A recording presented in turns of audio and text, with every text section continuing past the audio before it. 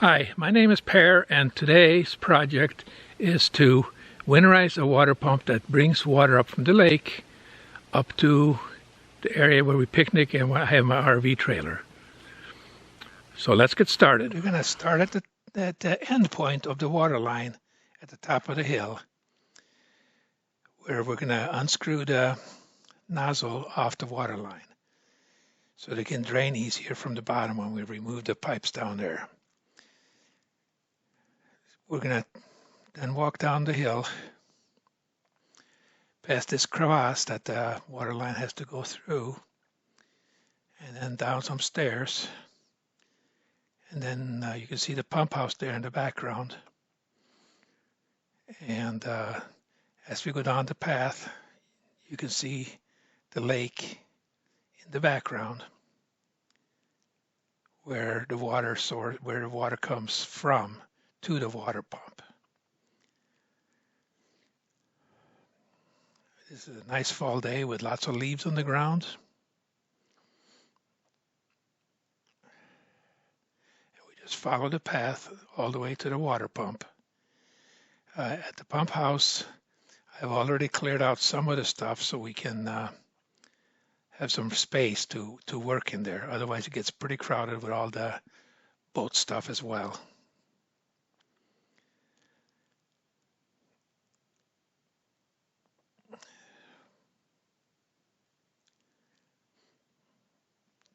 The water pump down there has a pressure tank at the bottom to keep the water constant.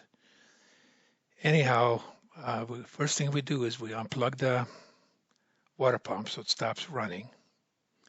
Then we're going to go outside to the water filters. This is the black water line that goes up the hill with the water, and the little green hose is just a garden hose we have at the bottom at the T of the water line, and that helps us drain the water. When we open that up, a lot of the water will come out of the water line from the top of the hill from the hose nozzle, as well as some of the water from the water tank will come out of here too, especially the air bladder at the bottom of the pump. Some of that will come out of here. Next, we're going to proceed over to the water filters. There's 3 water filters where the water gets filtered down from a coarse rough filter, which is the first one, and the second filter is kind of a medium filter. And the last few years I haven't used the last filter because it clogs up too quickly if I put a super fine filter on there. And no matter how fine of a filter I put on there, the water is still not really totally suitable for drinking, so we still have to boil it or whatever. We drink mostly bottled water, or we just use it to cook with and do the dishes with. We've got a special wrench that hangs on the wall inside the pump house, and we let some of the water out. There's still some pressure on the water line. We kind of unscrew them a little bit until some of the pressure comes off of there. And we unscrew the filters completely. This first one here, the white one, will just be empty. We just empty out the water. And then we do the next one. And inside of it is a filter cartridge. You got to make sure you don't lose the O-ring that seals it all tight, otherwise water will leak out of there always. This filter housing gets kind of corroded with algae and just rust and whatever. This year I'm going to take it home, but I usually do not.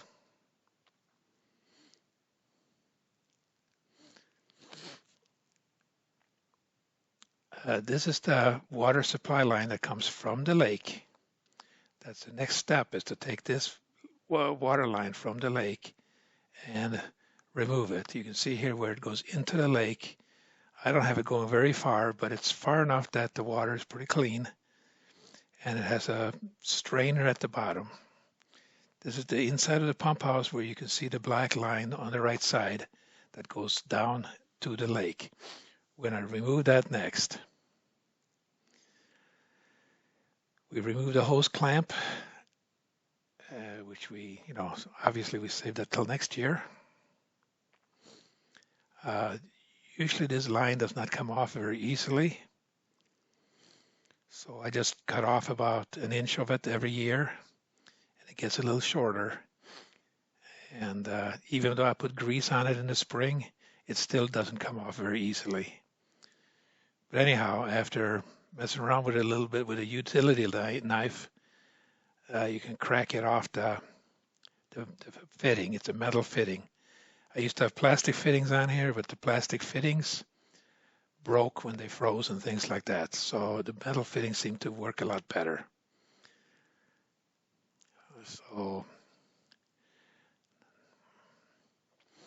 now the line comes off, and then we take the utility knife and we cut off, like I said, we cut off about an inch of it or so. And then,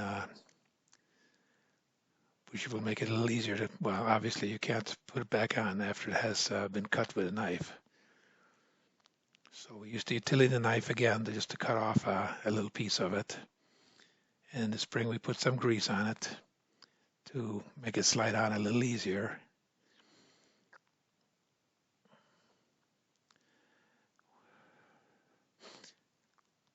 Once we cut it off, which isn't that difficult if you have a sharp utility knife, once we cut it off, we push it through the hole in the wall, and we save the water clamp for next year.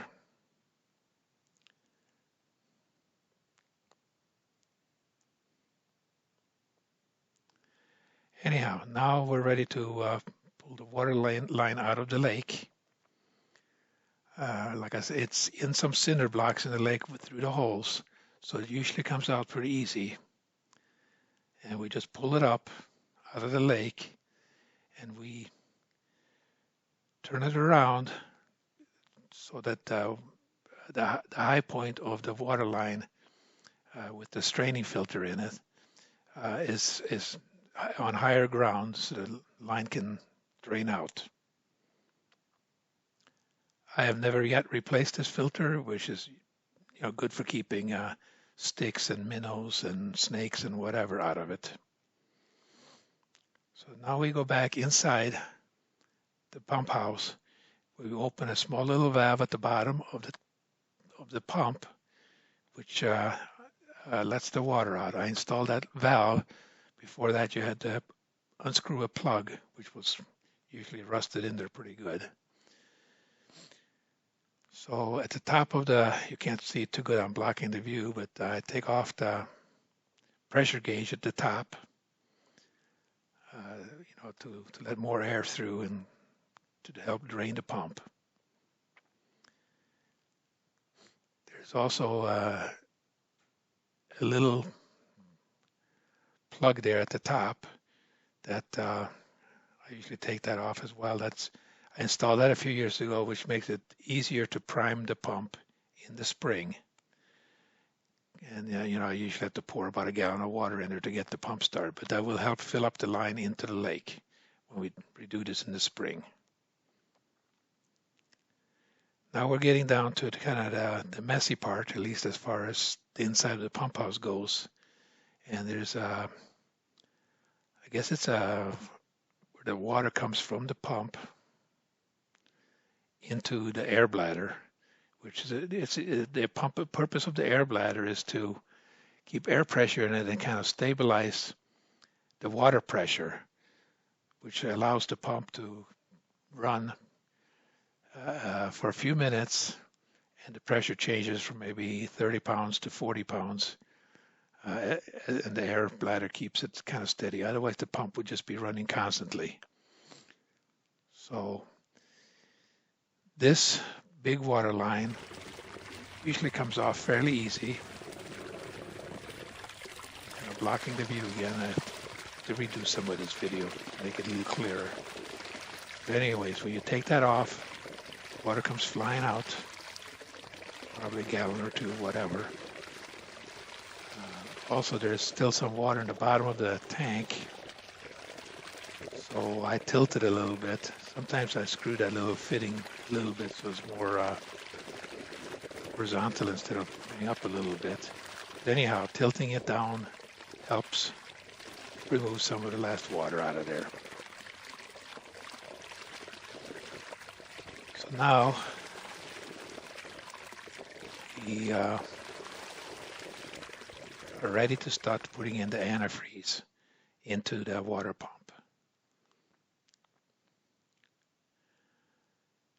I pour it in at the top. Usually I pour it in where the pressure valve was. And I got to close that little valve at the bottom of the pump. Otherwise the antifreeze will just run right out. I just buy standard RV marine antifreeze from an auto parts store such as O'Reilly's or a hardware store. And I pour it in until it starts kind of coming out. It usually comes out of that little inlet line that kind of tells you that the pump is full of water by now. And some of it should have also run into the air bladder tank. And as you pour it in, you'll start seeing it come out. And that means everything is full and we're done here.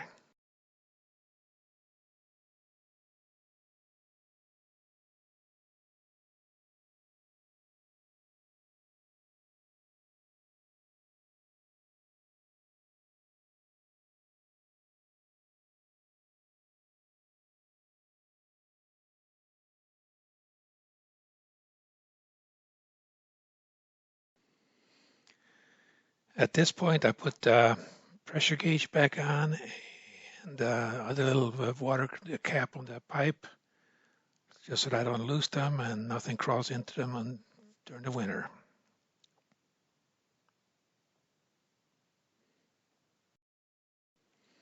One of the last steps is to remove the lower hose here off this faucet, and this hose goes up the hill. So by removing this hose, a lot of the water comes out of the hose from the top of the hill.